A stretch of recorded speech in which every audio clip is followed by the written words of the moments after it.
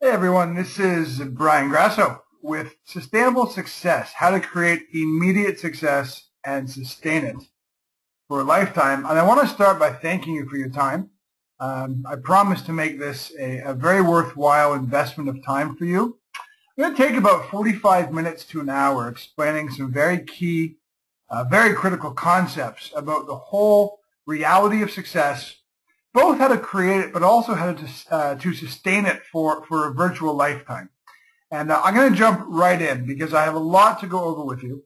And this is not going to be one of those presentations where it's primarily theory or concept. I'm going to give you a lot of tools to use in your own avenues of creating success and learning how to sustain that for a lifetime. So, having said that, I want to start with a couple of questions. And the first question is simply this. In the fitness industry, have you ever noticed that success is always suggested to be about A, your fitness knowledge, or B, your business knowledge? And that seems to be, I've spent 18 years in this industry, and it seems to be a recurring theme that I see over and over and over again. It's always just suggested that either you have to have an incredible knowledge base related to fitness. So training, exercise, programming, assessment, nutrition. And those are the seeds of your success. And or you have to have an incredible business acumen. You have to understand Facebook ads and SEO and offline marketing. And that's how it's always suggested to us that success is born. Now, let me sort of say this. I believe in both those things. I think the industry that we're in has expanded tremendously over the last couple of decades. And a lot of that expansion has been based on the fact we've become more serious with respect to our business education, our business knowledge. And I think that's an incredibly important thing. And naturally, because we are in the fitness industry, it's imperative that we become the best coach, the very, very best coach we possibly can. But it also is a very interesting quandary because those are the only two areas that we ever get suggested to us that we need to maximize our understanding of when it comes to being successful and then sustaining that success. And for me, after 18 years, I think it's an amazing thing because we've done so much work as an industry to understand exercise better, programming better, training better, assessment better, nutrition better. But are there missing links? Are there other things we need to understand better in order to truly claim success and be able to sustain it? So that's my first question for you. Have you ever noticed that, just like I have?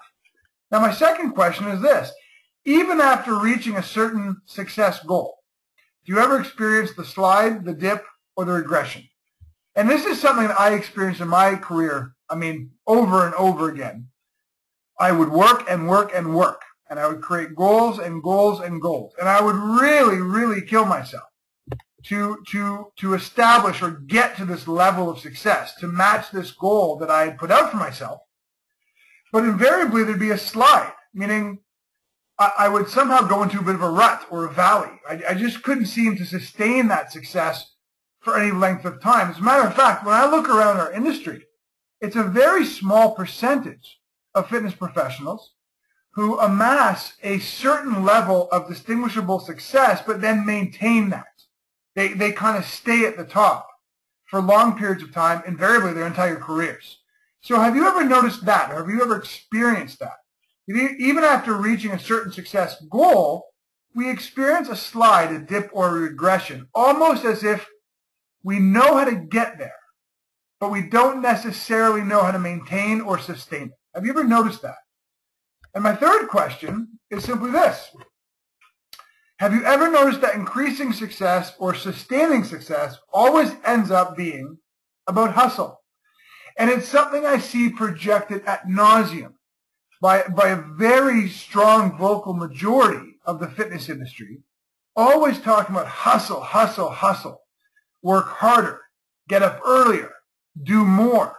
And that's what success is meant to be. That's how success is built, and that's how you stay on top. But in relation to question number 2, that hustle can dry up. We can get tired. We can get overwhelmed. We can get stressed. We can spend so much energy on helping our clients, helping other people, we almost lose a little bit of perspective or context in our own lives. So is hustle really the secret ingredient? Is more hustle really what's necessary to both get you to the top and keep you there? Now, what this presentation is about, this sustainable success presentation, is what I'm calling a multitasker. It's not a unitasker. And let me explain what that means. So many webinars, so many presentations, so many products, so many everything in our industry are about very specific things. Learn how to increase your knowledge and practical application of search engine optimization or Facebook ads, or how to learn more about this specific thing in order to get this specific result. But then invariably that leaves you searching for the next specific thing, because once you get the first thing organized, you realize there's a deficit somewhere else.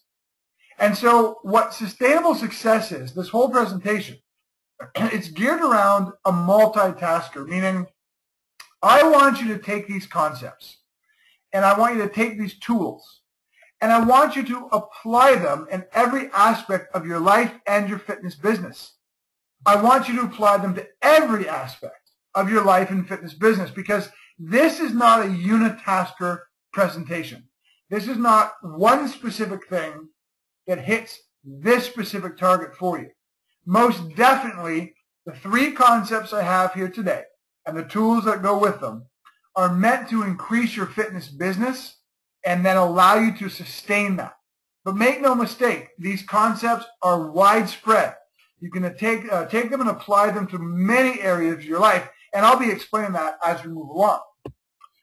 And that was a hard lesson to learn for me, because the picture you're looking at right now is of me when I was 28 years old. And I mean, I don't know if you know me personally or have seen pictures of me present day. I'm currently 40 years old, but I look a lot different than that now. And I don't mean that to sound like an aesthetic thing, like I'm better looking now or whatever. It's just that this photograph represents a man, a young man, who was tired and overwhelmed and overworked and lost himself along his own journey to success.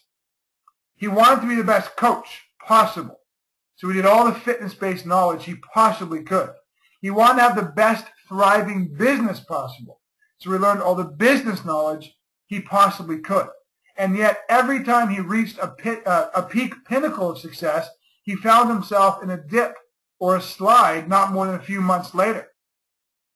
Right? And that is a story we can all relate to.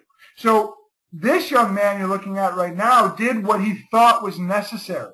He just hustled more. He worked harder, longer hours. He wanted to out-hustle the guys beside him, the girls beside him. But, I mean, I was overweight, I was unhappy, I was overworked, I was overstressed, and you can see it in that picture.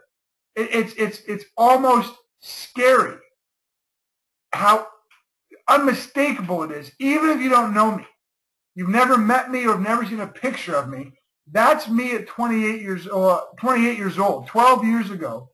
And even if you don't know me, you can see the lack of life in my eyes. You can see the chubby cheeks, the overweight.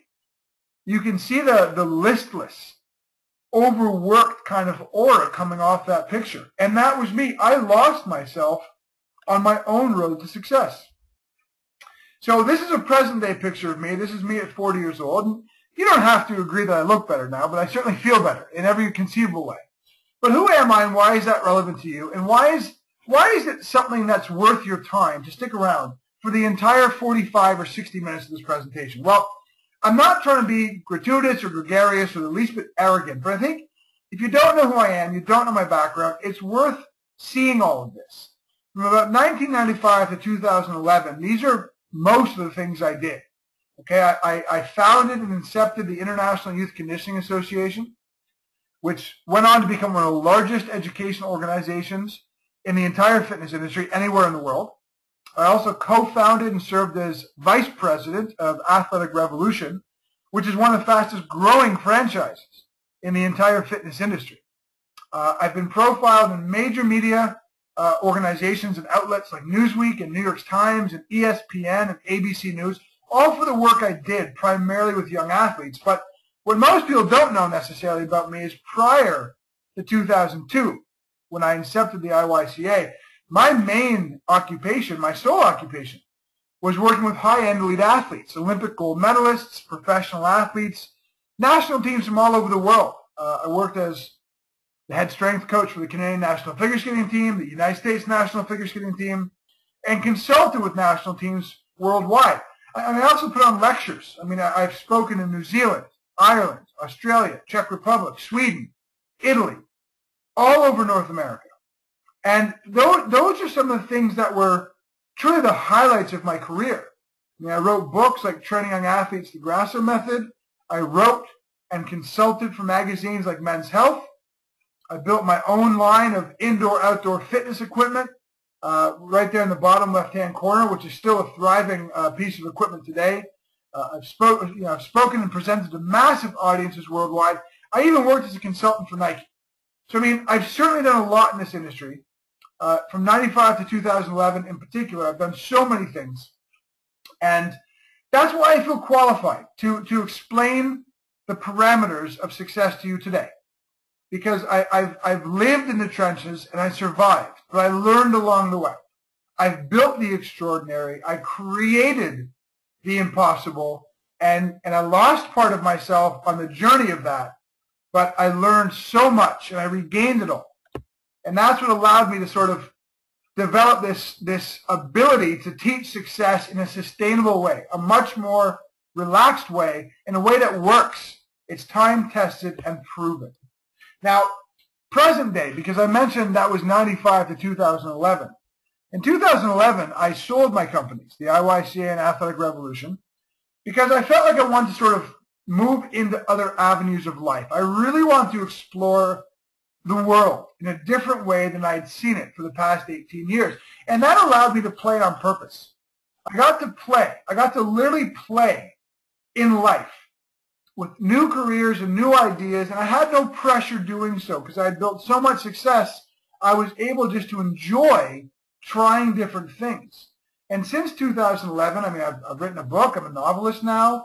I've been a spoken word performer, and there's photographs on this particular slide that you can obviously see some of these things.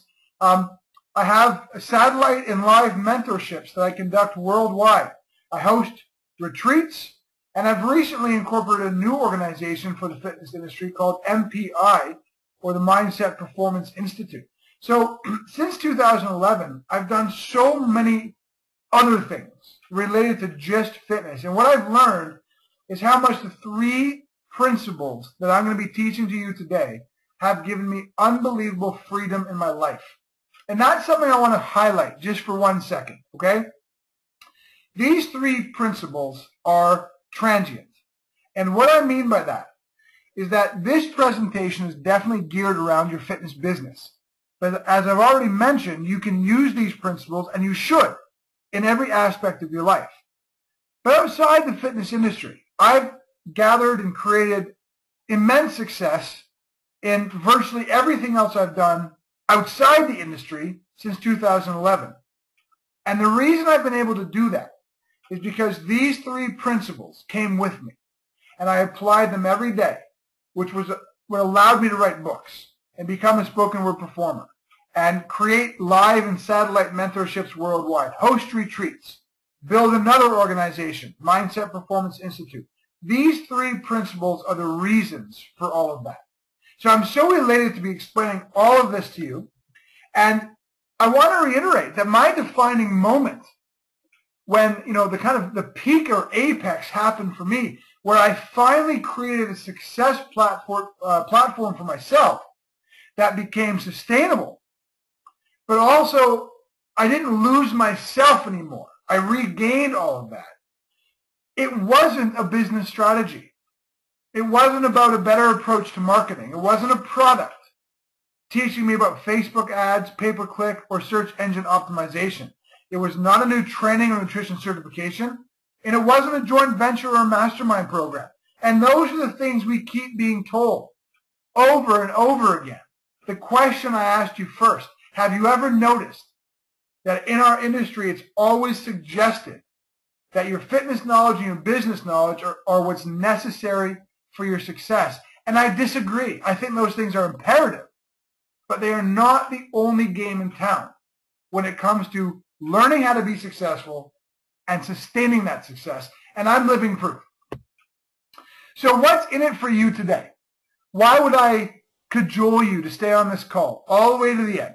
Well, as I mentioned, from 95 to about 2002, 2003, I trained a lot of Olympic gold medalists, Olympic athletes, world champions, national team athletes, and I'm going to reveal to you what I both learned from them and how I took that information and made or created a system around it that I taught other athletes over the rest of my career. So the three principles that Olympic athletes and world champions taught me about creating and sustaining success, and exactly how you can use them to create a thriving fitness business immediately. That's what I'm going to teach you today. I'm also going to teach you how to translate the concepts, these are the three principles now, of attitude, behavior, and culture into a very simple system that will guarantee your ability to maximize efficiency and productivity every single day, develop accomplishment-driven habits that keep you directed towards your goals, and execute your tasks with full focus and on purpose. I'm going to pause on that slide just to let it ruminate, just to let you think about that for a second. You know it and I know it. The slide happens. The dip happens. The regression happens because we lose efficiency, because we lose focus and our productivity goes down. Because invariably what got us to the top of the mountain was the immense hustle that we put in. We hustled and we worked and we pushed and we clawed. And that's what got us up there. But those are not sustainable habits to keep. And so we end up in the dip, the valley, the regression, the slide, not more than a few weeks or a few months later. So I'm going to show you how to develop accomplished, driven habits that keep you directed. And again, we lose focus. In a world and an industry that is chronically bombarding us with influence from all levels. This guy's got a program that's going to teach you how to make millions using Facebook ads. And this guy's got a program that's going to teach you to make millions in his mastermind program. And this guy, etc., etc. We forget our purpose. Our purpose is unique. It's identified to us. It is our heart. It is our soul. And just because no one else is doing it doesn't make it invalid. As a matter of fact, I think it makes it more valid. But you know as well as I do that you lose focus on your purpose because of all the influence that comes at you nonstop of all the other opportunities you could or should be doing. So imagine if I could, in 40 minutes, change all of that for you. That's why I want you to stay on for this whole presentation. Now, what is part one of sustainable success? As I already mentioned, it's attitude. Attitude, which is another word for mindset. And this is not just a nice metaphor because attitude, behavior, culture, the ABCs of sustainable success. Haha, I'm so clever. But it's not just about the cleverness of that. Attitude or mindset has to come first. It is the most critical part of you creating success and being able to maintain it. Now, in life, we all have distractions. In our businesses, we all have distractions. I've talked about a few of them already. The influences that bombard us chronically. We lose efficiency. We lose productivity. We get confused about our purpose. We don't have accomplished-driven habits. We have habits that were born of our immense hustle, and those are not sustainable. And yet, these disruptions and these distractions are all rather controllable. And they include things like rest, recovery, sleep, proper nutrition, physicality, organization, and structure. All of those things have to be done well in order for us to create success and sustain it. But attitude is all about our thoughts and our belief systems. Okay, now I'm going to open your eyes to something you probably don't recognize regarding thoughts and belief systems as we roll through part one of this. Okay? It's the common struggle we all recognize in a world and an industry that forces and pulls us to ebb, flow, shift, and align with its changing tides.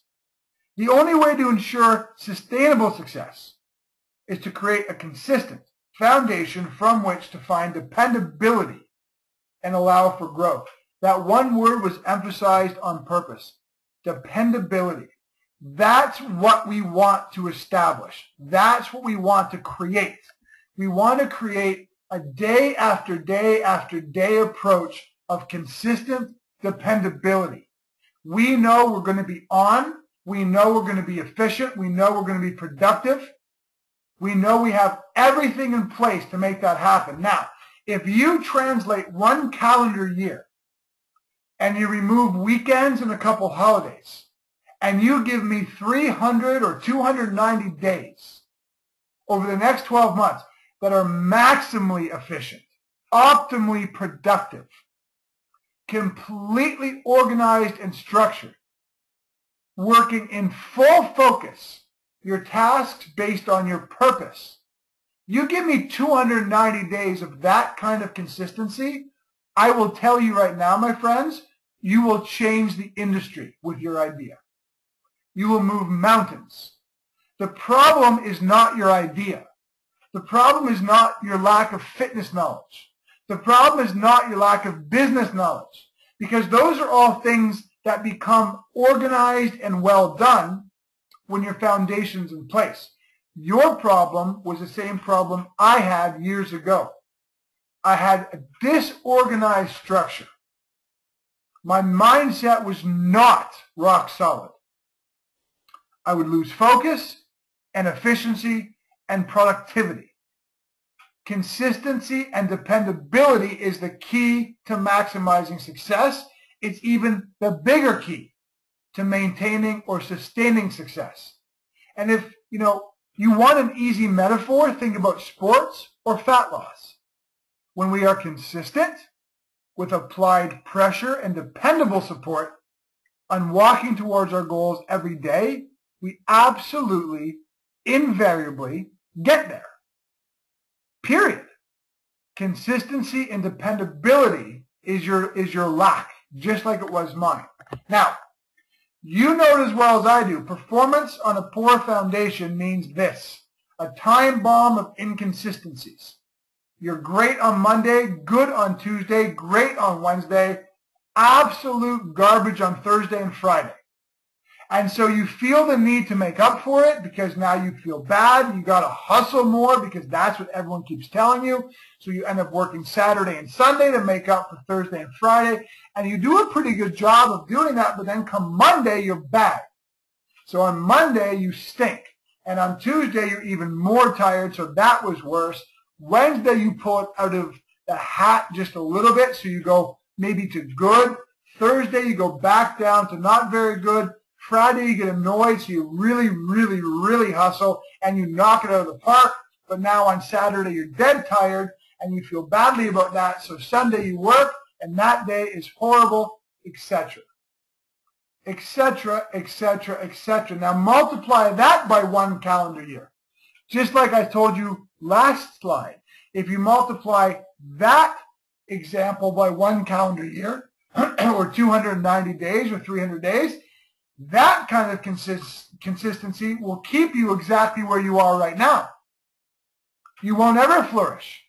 You won't ever maximize or be able to sustain success. The roads diverge right here, my friends. Do you want to create success and sustain it? Or do you want to keep going in this vicious circle? We're at that crossroad. And attitude, mindset is where it all starts. Now, Attitude 101 simply says this: how do we establish a positive, success-driven mindset that ensures the continual and consistent ascension towards achieving the goals, desires, and objectives in all areas of your life? That's a simple definition. It's incredibly powerful. Ensure a continual and consistent ascension towards achieving your goals. That's what we're after. And I promised you, let's use this all the information I'm going to give you today, let's use it for your fitness business. But let's not be remiss about the fact that these concepts are multitaskers. Doesn't matter what your goals, desires, or objectives are. Weight loss, improve relationships with your spouse or your children, business development and profit in your fitness business, better life organization, or health, fitness, and athletics of your own. Let's not kid ourselves. Some trainers are amongst the most unhealthy people on the planet. And I mean that in a bit of a tongue-in-cheek way. But let's look back to my photo from when I was 28 years old. I was overweight and I was unhealthy and I was tired and unhappy nonstop. You know as well as I do that sometimes organizing our own health and nutrition and sport is a challenge. So the concepts today, everything, applications are many, limitations are few. Customizations can vary, but philosophies never do. Very clever of me to make that a poem. But the point is very simple. You can take all of this stuff about attitude, behavior, and culture and apply it to your fitness business today. Right away today. But you can apply it anywhere you want. That's what I've done to create the life I have, not just the businesses I've had. Now regarding attitude, I mentioned a few slides ago, I learned a great deal of this when I was working with high-end performance athletes. I learned from them, I watched, I asked questions, I intook what they told me, I kind of made it my own, spun it around a few times, re-taught them some of these new concepts I had created, and then it became the platform I taught to all these really amazing world-class athletes. Now I want to say this first, I absolutely can't stand it when anybody in our industry puts up pictures like this and somehow claims responsibility as if they were the reasons these athletes won Olympic gold medals or world championships. I'm not the reason these people were amazing. I learned from them as much as I helped them. So please don't mistake that. But the concepts of attitude, behavior, culture, I mean, I had the honor of learning from and teaching Lorianne Munzer, Olympic gold medalist, Kurt Browning, 4-time world champion and Olympic icon, Graydon Oldfield, national downhill ski. I mean, I have learned and learned and learned from athletes at the highest levels of competition and business people at the highest levels of success. And that's where I'm coming at you with all this information today, because it works. Now, speaking of attitude and mindset, we talked about attitude being thoughts and belief systems. Now, I think it's a very perfect part of the universe. Belief systems, the acronym can be BS, because it is BS. Okay, there are so many things wrong with respect to what we usually hear about belief systems. Moreover than that, the belief systems you may carry are completely based on BS, and you don't even realize that necessarily. Like I said, in attitude mindset, I'm going to open your eyes to a lot of things. The two-part BS syndrome of your belief systems are 1, fixed versus dynamic, and 2, conscious versus unconscious. Let me explain what those things mean, okay?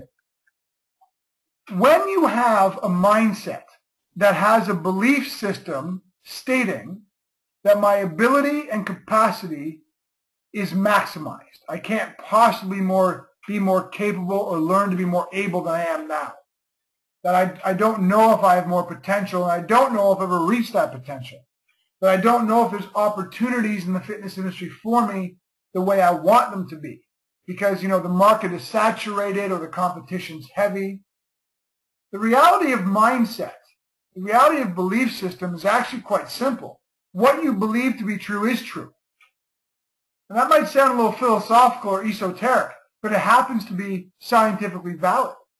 What we believe to be true is true in our mind. And yet reality, so i.e. what we believe to be true, our belief system, is nothing more than a perspective based on our perceptions. But if you carry around this mindset, this belief system, that your abilities and capacities are capped, your potential is limited, the opportunities are somehow narrow-scoped or boxed in, well, you have a fixed definition. You have a fixed mindset, and that means it's negative. That's one of the most critical things I learned in working with Olympic athletes and growing my own businesses successfully. The very second I put myself in a box, in any capacity of a box, well, I have a fixed mindset, and that's negative. The opposite of fixed is dynamic, means growth. There's always room to increase your abilities, to increase your capacities. Your potential doesn't have a limit. And there's no such thing as bordered or boxed in opportunities. You can do anything. Anything's possible. That's a positive mindset. That's a dynamic mindset. It's not superficial. And I'm going to get to that in the next slide. It's not superficial. You're not trying to convince yourself that you're Superman or Superwoman and can do anything. But you're relating to the fact that there's no such thing as a box. And when you release yourself to that, you have a dynamic mindset, which means you know that growth is possible. And that's positive. That's a positive mindset. Okay? Now, I mentioned before, it's not a superficial thing, and this is what I mean. Mindset is a constant struggle between the conscious and the unconscious. And I'm going to tell you something that you may not have ever heard before. It may not make you comfortable. But this whole power of positive thinking and motivation, rah, rah, rah, and everybody scream and rejoice, that does not give you a positive mindset for a lot of reasons. Positive affirmations, creating goals, these are not necessarily paths to creating quality, positive, success-driven mindsets. Quite the opposite some of the time. Okay? Here's why. Our unconscious drivers are what push our actions and habits. Our conscious thoughts do not. Not sustainably. So when you're in the motivational speaker's room and everyone's yelling and the room's blowing up and we're all pounding our chests and screaming rah, rah, we feel great at that moment. Great. And we believe we can challenge the world and win. But there is a definitive physiological adaptation that happens in those moments. Heart rate, respiration, things go up, senses alert. It becomes contagious in the room. Here's the problem. You go home on Tuesday and that stimulus is taken away. Guess where you find yourself? Right back where you always were. So you start looking for the next motivational hype to pull you up. It doesn't work that way. That's the very definition of not sustainable. That's the very definition of hustle. We don't want that. A positive, success-driven mindset is actually very quiet. It's very assured. It knows that growth and potential and opportunity is everywhere. But it doesn't connect those to a physiological response. Quite the opposite. Those superficial things end up creating negative mindsets. And there's a whole host of reasons for that. Again, number one is that's all conscious brain activity, but we are driven by our unconscious mind. Another thing to look at is my third point there, voice duality. Your conscious mind is great because we go to those motivational seminars. We go to the mastermind programs. Our conscious mind is great at saying, I can do it. Because, in the mastermind program or in the motivational seminar lecture, we're cajoled to believing that. If you believe it, you can achieve it, is what we're told. But that's all conscious mind. But your unconscious is the broader, larger part of your motivating drivers in life. And this voice duality happens when you're, and you've probably experienced it. Think about it right now. When's the last time you got amped up by someone or something and you started tearing around your head? I can do this, I can do this, I can do this. How long did it take for that other voice in your head to start chiming in and tell you, no, you can't. You're just dreaming. Good luck. You're not good enough to do this. We can all relate to that because the unconscious is where the power lies. Now, I have a program called CTSM, Change the Story Method. It's a personal development program I built in 2012. It's one of those things I've done since I left the fitness industry, even though I'm coming back into it now.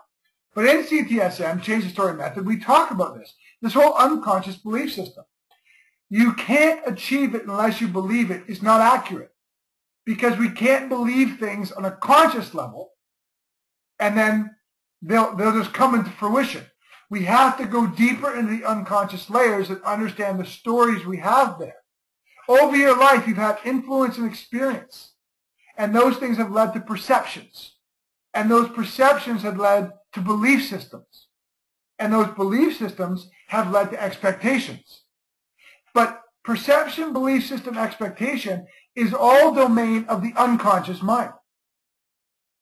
No matter how much you rah-rah, motivate, say all the good affirmations, the habits you do execute every single day are based on the perceptions, belief systems, and expectations in your unconscious mind, not your conscious thoughts. They are based on unconscious drivers. We have to get in there to create a positive mindset, a good attitude, a success-driven attitude. And this is a perfect analogy from what it means, okay? Debunking the BS. So just follow me on this story for a second. You buy a brand new iPod. You go and you buy it. You bring it home, and you literally take it out of the box. It's a brand new iPod. It's brand new, right? And you go to play Motley Crue.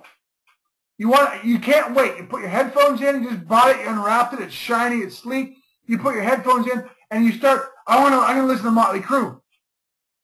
But you can't find Motley Crue on the iPod. Motley Crue's not there. Where's Motley Crue? I don't know. It's not there. Now, if you had a fixed mindset, you would believe that the iPod would never work. It won't ever play Motley Crue. There's no way the potential exists in this iPod to play Motley Crue. The opportunity doesn't exist. There's no ability or capacity for this iPod to play Motley Crue. But if you had a dynamic mindset, one where your unconscious drivers were in alignment with your goals and objectives and intentions, you would know that the possibility still exists. Even though Motley Crue's not playing right now, you can't seem to find Motley Crue, it doesn't mean the potential doesn't exist. It doesn't mean there's not opportunity to get Motley Crue playing somehow. And that's the first point of BS. That's the fixed versus dynamic mindset. But how about the unconscious versus conscious? Well, look at it this way. You open up the iPod. You can't wait to play Motley Crue. And so what you do is you use the little swivelly dial there on the front of the iPod. That's how you find the music, right? So you're swiveling like mad, swiveling. You're telling yourself, I'm going to find Motley Crue. I'm going to find Motley Crue. I will. And you motivate and you say the affirmations, I will find Motley Crue. I will find Motley Crue. But you do it for a few minutes, you just can't seem to find Motley Crue. Well, that's because the iPod is your unconscious. The dial is your conscious. If Motley Crue doesn't exist on your iPod because you haven't loaded Motley Crue onto your iPod, then turning the dial isn't going to get you Motley Crue. And that's the difference between conscious drivers and unconscious drivers. The unconscious is where the music is held. You can't just motivate yourself into finding music that doesn't exist. You can't ever out-goal set or out-motivate an unsuccessful mindset. And that's the whole nature of conscious versus unconscious, okay? So, attitude aside, and that's the big one. That's where it starts. Let's move into part 2, behaviors, because I really want to keep going. I'm already at 40 minutes, and I really want to land this well for you guys. Behaviors. Let's look at behaviors quickly. And here's a great way to look at it. It's an unappreciated fact. The motivational speaker, the mastermind, motivation gets you started. But habits are what keep you going. And habits are what you need. You don't need more motivation. As a matter of fact, I love this quote. Where is it here? Do I have it? I actually don't have it, but I'm going to tell you what it is. Jim Rohn, one of my favorite personal development specialists of all time, said this: if you're going the wrong direction, you don't need more motivation to keep going. You need better education and habits to turn around and go the other way. That's perfect. We don't need another motivator. We don't need another mastermind. We need habits. Behaviors 101 are how to establish positive and success-driven habits that ensure the continual and consistent ascension towards achieving the goals, desires, objectives in all areas of your life. It's just like Attitude 101, except this time it's success-driven habits that ensure the continual and consistent ascension towards your goals. Okay? And we talked about controllable factors, again, and disruptions to our lives. We've talked about, we've touched on rest, recovery, sleep, nutrition. We talked about thoughts and belief systems and attitude, but behaviors is all about organization and structure. How do you organize your days? How do you structure your time and your life to maximize efficiency, optimize productivity, stay in focus in the moment, doing the task on purpose? That's the key. And I'm going to give you my favorite tool to use to do this. You're going to do this tonight or at the end of your week, before next week. Okay? I call it my weekly and daily primer. And the benefit of it is it gives me opportunity to reflect. Yes, we want to stay in the moment with as much efficiency and productivity as possible in every moment. But we don't want to lose sight of reflecting on where we've come from and where we're going. Your daily and weekly primer allows you to do that. Okay? It also allows us the ability to flow, deviate, and adjust. I'm not a huge goal-setting fan for a lot of reasons. But one of which, and I'll only touch on one of them right now, is that it creates this sense that this is our endpoint. This is our goal. This is where we're going to be. And this is the time frame that's going to take us to get there. And then the goal-setting experts tell us backtrack from that and create an exact blueprint how-to for what's going to take you from where you are now to that goal in this amount of time. The problem is life doesn't always work that way. And the more we organize our brains on an exact goal by an exact date following an exact path, we set up a potential of seeing success or failure if we don't do it the way it's supposed to be done. If we don't achieve exactly what we said we were going to do. If we don't achieve it in the time frames we said we were going to. So weekly and daily primers allow us to flow, deviate, and adjust along the way. Because life is a journey, and so is success. In order to create and sustain success, you have to be able to flow and deviate with the changing path. The other reason we do this is it allows us to map out tangible short-term objectives.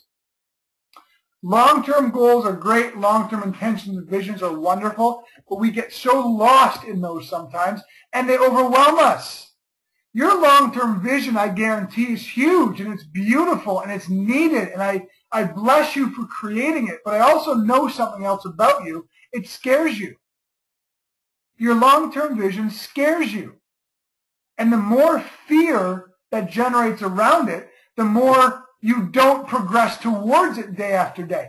The only way to accomplish that amazing vision, to make it real, is to stay focused on right now, today. The tasks that may seem a million miles away from that vision, they have to get done with optimum productivity and efficiency right now to get you there. So this allows us to map out tangible short-term objectives which allow us to stay focused in moments. And yes, it allows us to keep the end in mind, that beautiful vision, but focusing with our attention on now. And you're going to do this weekly daily primer at the beginning of your week. I used to do it every Monday morning.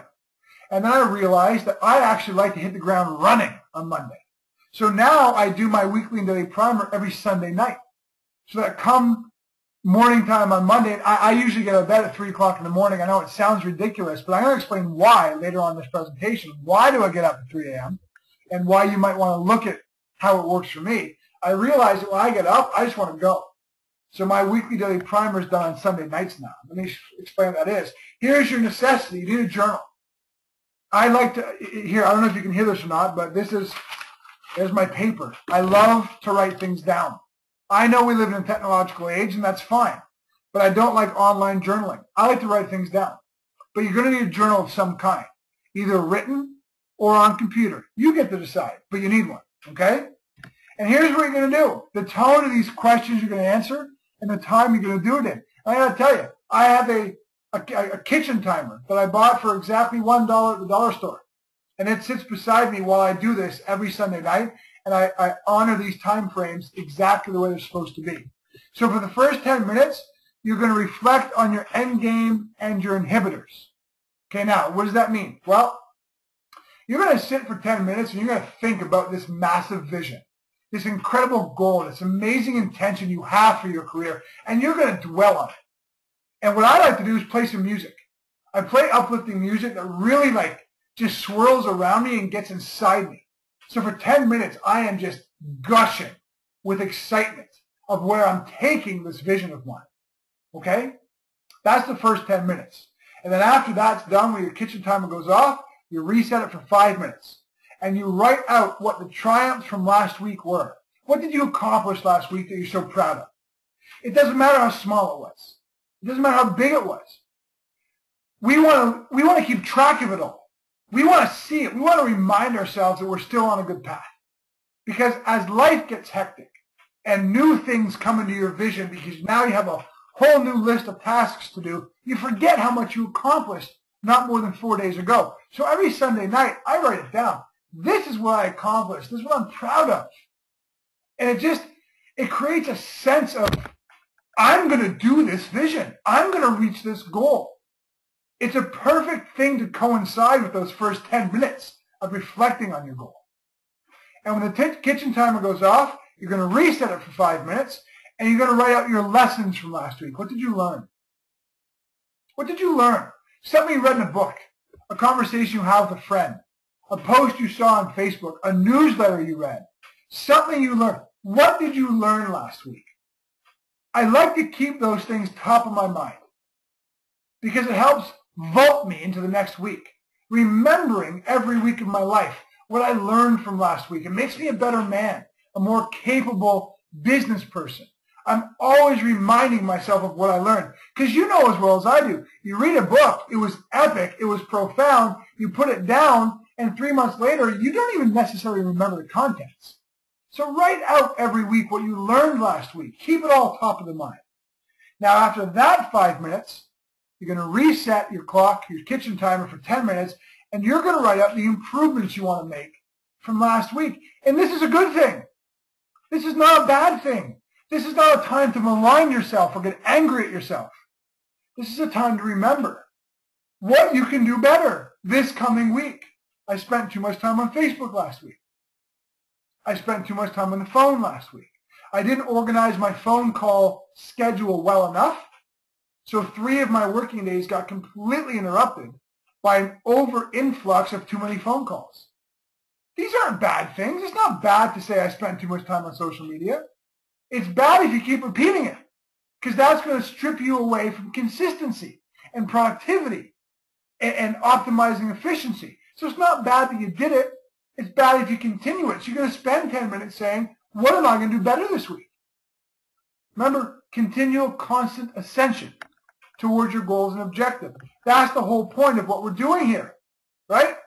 So after those 10 minutes, here's the biggie. 15 minutes, you're going to outline 6 to 8 objectives for the coming week. Here's why I caution you. 6 to 8 only. Don't do what I've done. Don't do 27 major objectives for a week. That's why I looked that way when I was 28 years old, because I had no time for myself. I had no time for happiness or training or proper nutrition, because I was Superman and I was after success, and everyone was telling me to hustle, hustle, hustle. That's what you have to do. So I had 27 things, 18 things. No. Maximize efficiency. Optimize productivity by reducing the amount of stuff you do, but do it better. Do it with more focus and more ability. I've done way too many objectives in a week, and I've done way too few. And I'm telling you right now, 6 to 8 for me is perfect. For you, experiment. Try 12, try 15, try 3. It's up to you. But I'm giving the markers of what's worked for me. The last 15 minutes might be the most important 15 of your Sunday night or Monday morning. Take each of those objectives and chunk them down. Don't do what I've done in the past. I'm going to give you an example. I work as a freelance writer. which I know, ridiculous. But I love different slices of life. I'm actually a staff writer for a fashion magazine. How funny is that? I mean, it doesn't make sense given who I am and what I've done, but I love fashion. I love to write. So that's what I do. But I had a 5,000 word article due some time ago. And so when I wrote up my objectives for the week, it was due that week, I simply wrote down, write 5,000 word article, as if that was the objective itself. Well, if you've ever written a 5,000 word article, you know that's a monster. That takes a lot of time, a lot of thought, and a lot of organization. The objective is not to write the 5,000 word article, okay? Or it is, but you have to chunk it down. What steps have to go into finishing that article? And the example I'll carry through, the chunk down was simple. Well, on Monday, I wrote the introduction to that 5,000 word article, which gave me a direction of where I was going. And on Tuesday, I wrote the conclusion of the article, which gave me a direction of where I was finishing. And on Wednesday, I put a brainstorm on the 3 most important points I wanted to make in that article. And I gave them like basically a headline, so a sentence. This point, this point, this point, and I gave them a sentence which gave me a framework to work within. And then on Thursday, I wrote all 3 points, one at a time. And then on Friday, I read the whole article, made some adjustments, and submitted it. That's how you tackle an objective. You don't just write 5,000 word article. You chunk it down into the basic steps that need to happen in sequence to get that objective done. So select 6 to 8 objectives, chunk each of them down, and schedule them in your days for the next week. That is a weekly daily primer. My friends, it will change your life in terms of consistency, constantly going towards your goals, maximizing efficiency and productivity. It will be a life changer, okay? Now, let's move into the last part, because my time is pretty good, but I do not want to keep you past an hour because I'm a man of my word and I respect your time. The last part of this is part 3, culture. The ABCs of sustaining success: attitude, behavior, culture. Let's talk about culture. Sam Harris, a great neuroscientist. I love this quote, so I'm offering it up as an organized way to start explaining culture, and I'll refer back to this. Sam Harris said this: the self is not a stable entity. Okay, so just hold that in context in your brains for a few minutes. The self is not a stable entity. I'll explain why I'm starting there in 1 second. Culture 101 is the exact same definition as Attitude 101 and Behaviors 101, except for the first line. This is how to establish a positive, success-driven life ethos that ensures the continual and consistent ascension towards achieving the goals, desires, and objectives in all areas of your life. Attitude, behavior, culture is all about ensuring the continual and consistent ascension towards achieving the goals in your life. Culture is about developing a life ethos that supports that. Now, I learned this many years ago, back in 96, 97, 98. In those 3 years, I worked as a strength coach with a track and field club in Toronto, Canada, where I'm from. And the head coach of that club was a brilliant coach, brilliant. I learned so much from him. He was a national team coach, Olympic coach. He used to have his athletes write in a journal every day things that we called general data. Every day they would write these things out. And at the end of every month, our athletes would turn in their journals, and the head coach and myself would scan those journals into our computer, and we'd review them for a day or two. And what we did with that is basically we were collecting data. We were collecting data about how our athletes felt, how they trained, how they were maximizing their productivity, were they being efficient with their time, what they ate, etc., etc., etc. And we used that objective data as well as the subjective data of how they felt in their training programs, and we were able to find trends. And from those trends, we were able to tell our athletes, you need to eat more of this, less of that. You need to sleep more at these times and less at these times. You need to do training more in this format and less than that. It was brilliant. because it was hard data we were collecting that we were then combining with subjective data, and in that we were able to find trends that could be corrected where necessary. And these were all national team Olympic athletes. It was a very important part of their life ethos to round themselves completely with the best tools for optimizing productivity and efficiency, right? So, and here's the Jim Rohn quote, by the way. When you're going down the wrong road, you don't need motivation to keep yourself going. You need education to help turn yourself around. So I used it in behavior, but I'm using it here as well. Pardon me, I used it in attitude, but I'm using it here as well. How much sleep do you need every day to maximize your productivity the next day? What do you need to be eating? And when should those eating installments come? How much water should you be drinking? Now, don't base that on what the expert told you, or what that diet's telling you, or what the doctor's telling you. I'm asking you if you know for yourself where your optimal capacities lie in those things. Because remember we talked about this at the beginning, the controllable factors that eliminate or at least lessen disruptions in our lives? Well, attitude is thoughts and beliefs. Behaviors is organization and structure. But you remember we talked also about rest, recovery, nutrition, physicality? I know it sounds funny. I'm talking to a fitness audience. But have you ever actually collected data on yourself to know what's best for you? And that's what culture is all about. So if I was a marketer, I would say to you, tracking data is the key to success. Because if you don't know where your leads are coming from, or what your conversion rates are, or what your revenues versus your expenditures are, then you'll never create a successful business, or at least be able to sustain one. If you're not assessing, you're guessing at your business. Everybody knows that. And if I was a nutritionist, I'd say tracking data is the key to your success. When are you supposed? What's the best time for you to eat? Your macro profile should be what? What's the symptomatology? How do you feel after you eat these foods? If you're not assessing, you're guessing. Now, why should your life be any different? Right? Why should your life be any different? So we talked about this. This is not a strategy for your fitness business directly. It's a strategy for your life. But as I said, this is a multitasker. If you want to improve your efficiency tomorrow, increase your productivity tomorrow, enhance your focus and your concentration tomorrow, then you need to know all this stuff. Because if you do this work, your fitness business will soar in profits and reach and possibility. Because you are maximizing your own efficiency, productivity, focus, and concentration every single day. And you're sustaining it.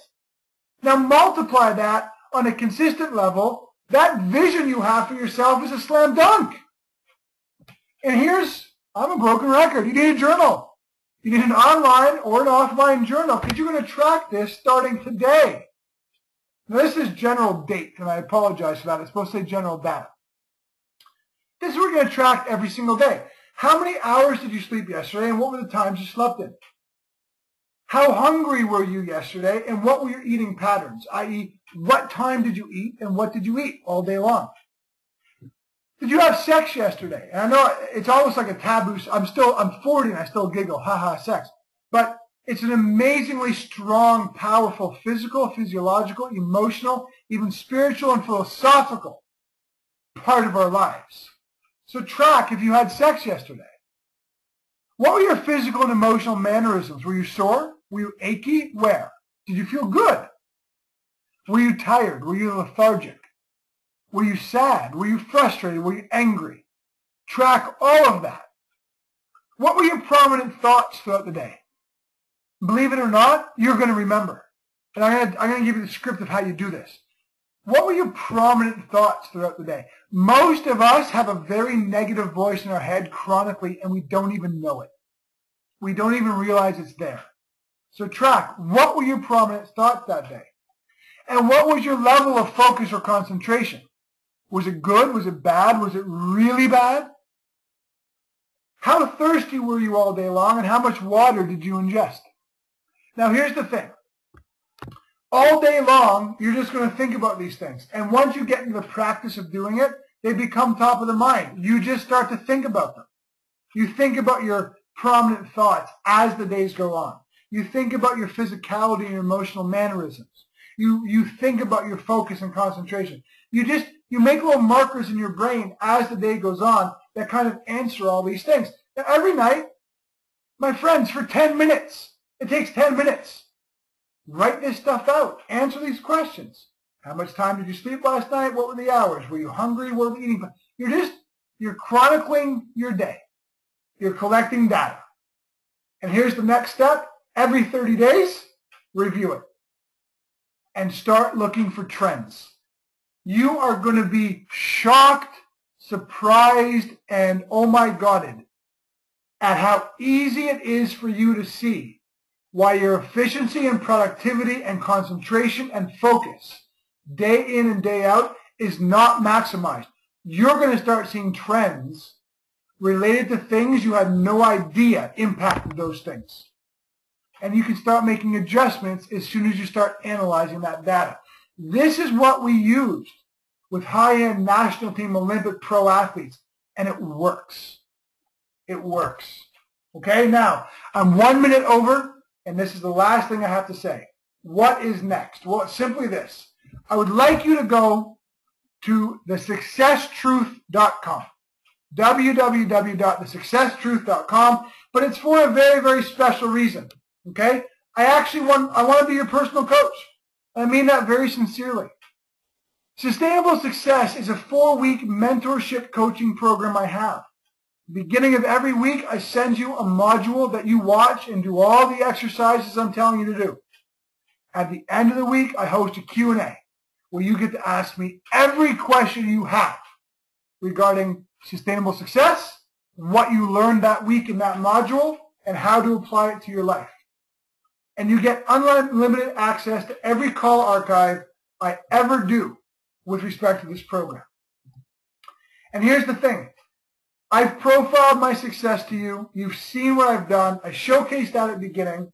I'm launching the Mindset Performance Institute on December 1st. That is going to blow up in the fitness industry and be another successful venture. And I say that with no arrogance.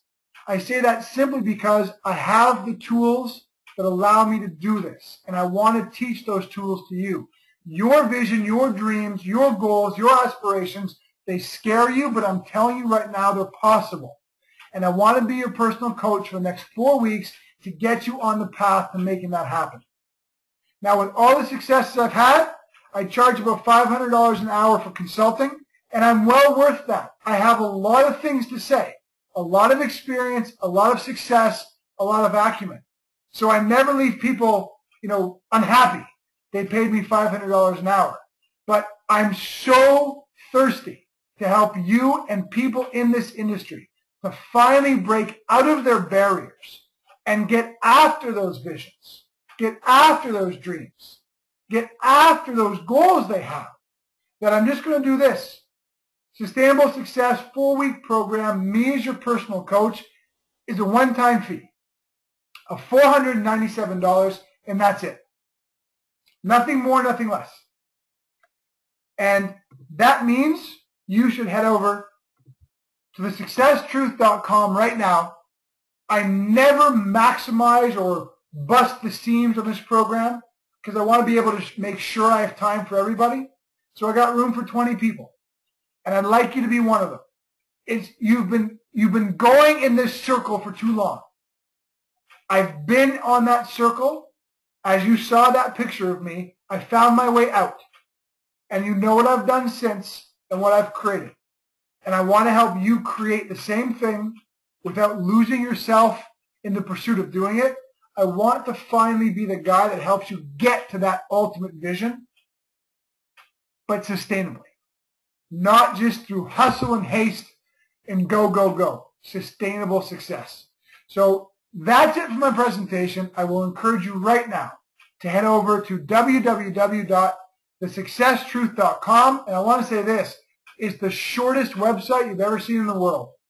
I didn't want to make it this big, huge website with lots of sales copy and me trying to help you overcome your objections. Look, if you don't want to spend $497 for a 4-week program where I'm your personal coach, I'm going to teach you everything I know about attitude, behavior, culture, things that I do with Olympic athletes, highest levels of business, and create an amazing amount of success in business and life for myself. If you don't want to pay it, I don't want to convince you. I have no problem with that. I want the best for you and the best for this industry. So head over now to successtruth.com, give it a quick look, and decide for yourself. Okay? With that, I honestly cannot thank you enough for your time. I hope the tools I gave you are things you'll use immediately, tomorrow, in your life. They are game changers, and I'm so looking forward to working with you. So head over to the successtruth.com now, and thanks again for your time today. Take care.